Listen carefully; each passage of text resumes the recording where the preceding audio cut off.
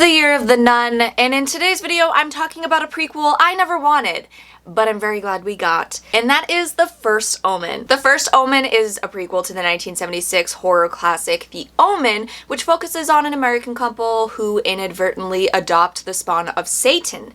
That film spawned an entire franchise, which I haven't actually watched. I'm not an Omen purist, but I did love the first one. And in this latest installment, we're following an American woman who relocates to Rome to work in an orphanage and take her vows for Jesus. And when she's there, she uncovers a big conspiracy within the church to bring forth the antichrist. This movie is one of the best horror prequels, horror legacy sequels that I've seen so far.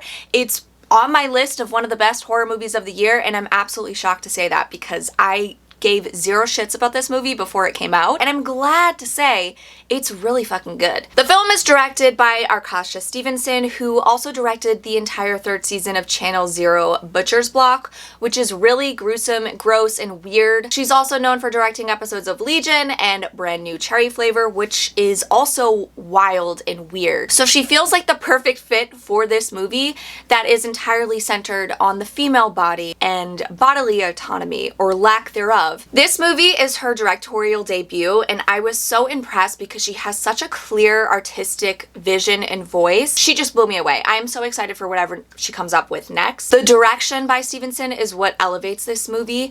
It's set in the 70s, and it truly feels like it's a movie that's made in the 70s. From the colors to the shots of the city, and there's even these really beautiful overhead shots of Rome where the camera kind of dances around along with the score that makes it really unsettling and cool, and it just feels like it perfectly captures the essence of a 70s horror.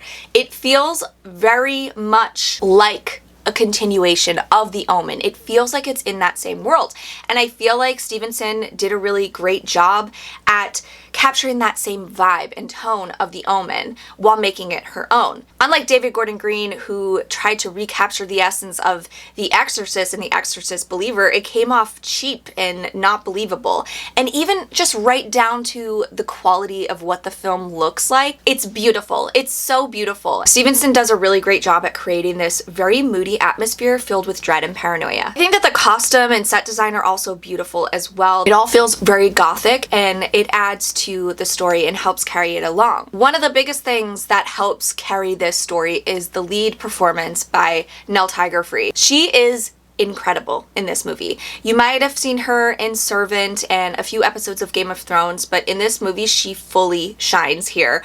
I was so impressed by her performance because she goes through such a transformation over the course of the film. We meet her as this very religious, devout woman who is timid, she's shy, she's pure, and then she slowly kind of unravels over the course of the movie. And we know her as somebody who has lived with the church throughout her whole life. She's kind of troubled, she has a troubled past, and she connects with this young girl in the orphanage who is also troubled. And as she starts to delve deeper into the church and the community around her, she starts to experience horrifying things, horrifying visions, and she starts to question everyone around her. Her performance is so chilling at times. We really see a physical change in her, and you feel every change within her from watching her on the screen. Towards the end of the film, she delivers this very animalistic performance where she's experienced something horrific, and it is so beautiful and unsettling at the same time to watch. It gave me actual chills, and I almost teared up a bit because I was just so impressed. Like, you felt her every emotion.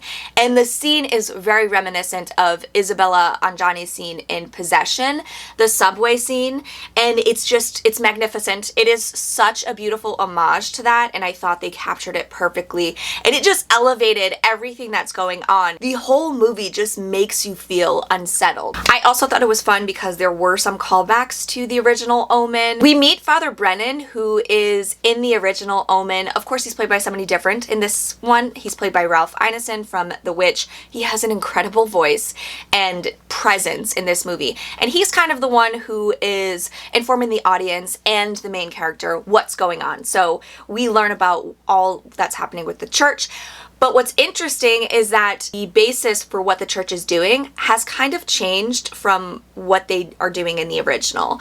So there are some slight changes to the story and how the story plays out that affect the Omen, and it would kind of change a few things in the original Omen. And like Immaculate, this story is really focused on the female body and what people decide to do with it. It's about not having the ability to make your own decisions about your body and other people making those decisions for you.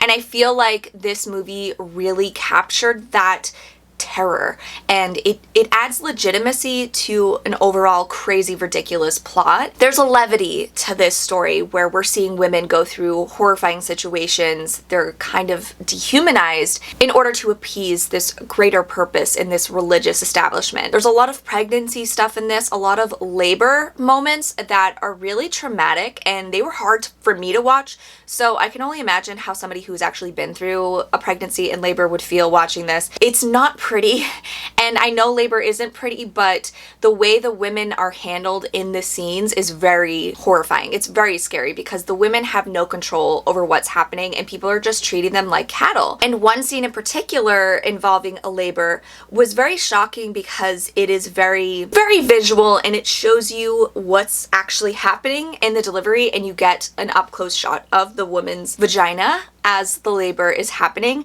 And I guess that scene was too much for the NC-17 board, and they had to go back to it like 5 times in order to get an R rating because it was getting an NC-17 rating.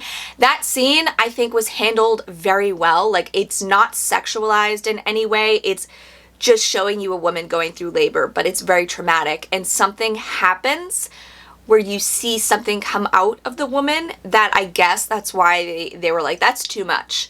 But I thought that the scene was really well done, and it's very scary and it's very shocking, but it didn't feel exploitive in any way. There are so many scenes in this movie that are really upsetting. They're really shocking and disturbing, and I think that's what elevates this even more. The scares in this are very quiet at times. They play with shadows and light a lot, and our character, she is seeing things, so you don't know if what she's seeing is real or not. There's one scene in particular that really got me where she's sitting in a room and she hears something, and you see something in the corner slowly come into frame and lumber towards her, and the way the scene plays out, it is so scary. It is just horrifying, and what you're seeing is actually, it's shocking when you see it, and you're like, I was sitting through this movie and I was like, how the hell did they get away with showing this? Like, thinking that this is a studio movie, and it doesn't feel like a studio movie. Like, they were going hard with the things that they were showing, the message they were trying to convey. I was just shocked at what they did. It didn't feel clean. It felt dirty. It felt like a true 70s horror movie. The movie is 2 hours, so it takes a bit of time to get where it's going. I think it has a little bit of a slow start because you have to get to know this nun and who she is and care about her, and I think they did a great job at making you feel that way. And it is a little predictable at times because, I mean, you know what's going to happen. It's going to lead to the Omen, but there are some reveals in the movie that aren't very surprising if you're paying attention. I don't think that a movie being predictable makes it bad. I feel like they did a good job at setting up and giving you those clues that this is where the story's going. And I didn't think that it being predictable took away from my enjoyment of the story at all. And there was actually parts of the reveal that I didn't expect and I was surprised by. So I thought it was still really good. The end of the movie is very traumatic. It's very scary and emotional. And that's like the whole thing. The whole movie is super emotional. I felt just on edge the entire time. I couldn't breathe, and there's so much to worry about for these characters. Just watching this woman, she is so vulnerable, and she's in her most vulnerable state and having absolutely no control over what's happening. It's so traumatizing, it's so claustrophobic, and they just did a really good job at making you feel uneasy. I think that the story sets up for a sequel, which is interesting because it's a prequel, and they kind of change the story a bit. It changes what The Omen is about, essentially. And I'm interested to see if they do add on to this story. And all I have to say is I'm excited for whatever this director does next. I need to talk about some spoilers because this movie deserves to have some spoiler discussions. So from this point on, I'm going to dive into spoilers about the movie and talk about specific scenes. So this movie deals with the church is creating the antichrist in order to get people back into church, to scare them to believe again, because we're in a time where people are making their own decisions. They're stepping away from the church, and the church is terrified of that. So they think if they create the antichrist, it will bring people back. And that's a huge change from the original story of The Omen, where it was just a group of Satanists who wanted to bring forth the Antichrist to end the world, essentially. Even Father Brennan's character is different as well. He's still aware of this sect, but in the original, he was a part of this sect, and he ends up leaving and telling Robert Thorne about what's happening in order to repent his sins, sort of deal.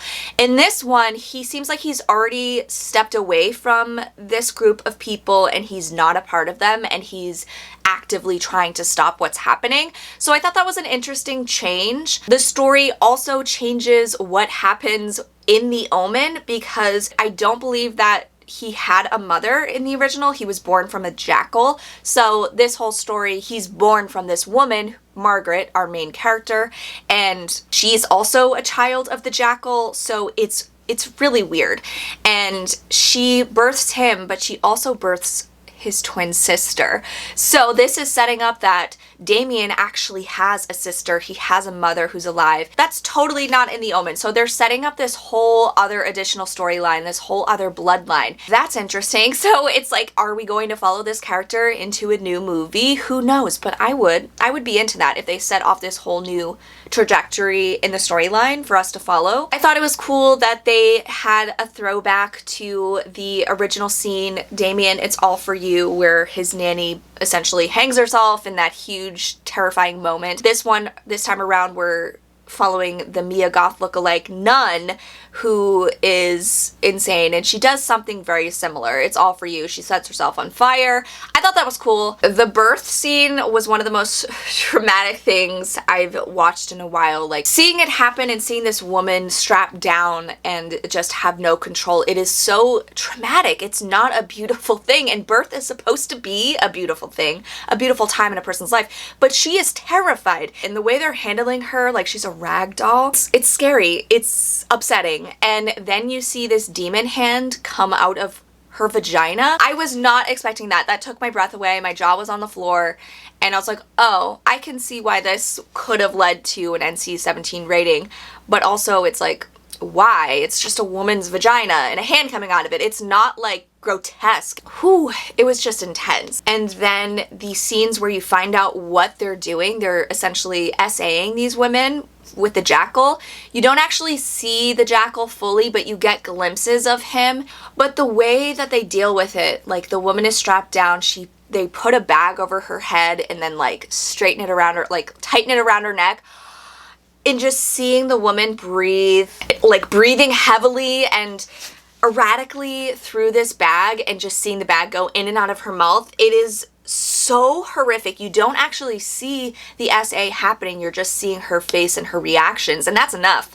And it's so scary, but well done, because it didn't feel exploitive of what's happening exactly, but it gives you enough so that you know it's terrifying. And I just thought that the birth scenes were very scary. The end, when we get her scene after they're trying to get away, they figured out that Margaret, she's been impregnated by the spawn of Satan, and she's trying to get away, and the car crashes into her, and she steps out of the car and she gives this incredibly physical performance. It is such a fantastic homage to the subway scene in Possession. I could not breathe. Does it in a way that it's not funny, it's scary and unsettling, and She is so good. And then when she gets down on the ground, it is like a beautiful recreation of it without being the exact same thing. And then when we follow her as they're wheeling her into their little dungeon to give her a C-section, it is so scary watching them do this. And she's freaking out, obviously. She's like, I'm in pain, help me. No one gives a shit because she's just a vessel to them. And when they take out the baby, oh, it just felt so real. Overall, I loved everything about this movie because it feels legitimate. It feels like a true 70s horror movie. It feels like it's actually a part of the Omen world, despite changing a few of the original storyline. It has one of the best female performances of the year and an amazing direction by a female director. She just killed it. She knew what she wanted to do. She got those points across about female fear and everything we have to worry about, and just how they handled the story of a woman being forced to give birth to the spawn of Satan. I thought it was very well done. I think this is, again, gonna be on my list of best of the year. I wouldn't say I had fun with it like Immaculate because it's a lot more serious than Immaculate. Immaculate is a little bit more on the ridiculous side where it knows it's being ridiculous. This one, it takes everything very serious. So it felt heavy. I enjoyed it. If you're a fan of religious horror, if you love Rosemary's Baby, The Omen, check this one out. I think you'll be surprised by how much you like it. I'm surprised by how much I liked it. I didn't think I was gonna like the Omen prequel. I never wanted to watch it. So here we are. I was very excited to see it. I'm very happy I did because it's very good. It's gonna be one of my favorites. And man, we are getting fed with the religious horror this year. It's very good. Let me know if you've seen this one, what your thoughts are. Keep it spoiler free, please. And thanks so much for watching, guys. I'll catch you next time. Bye.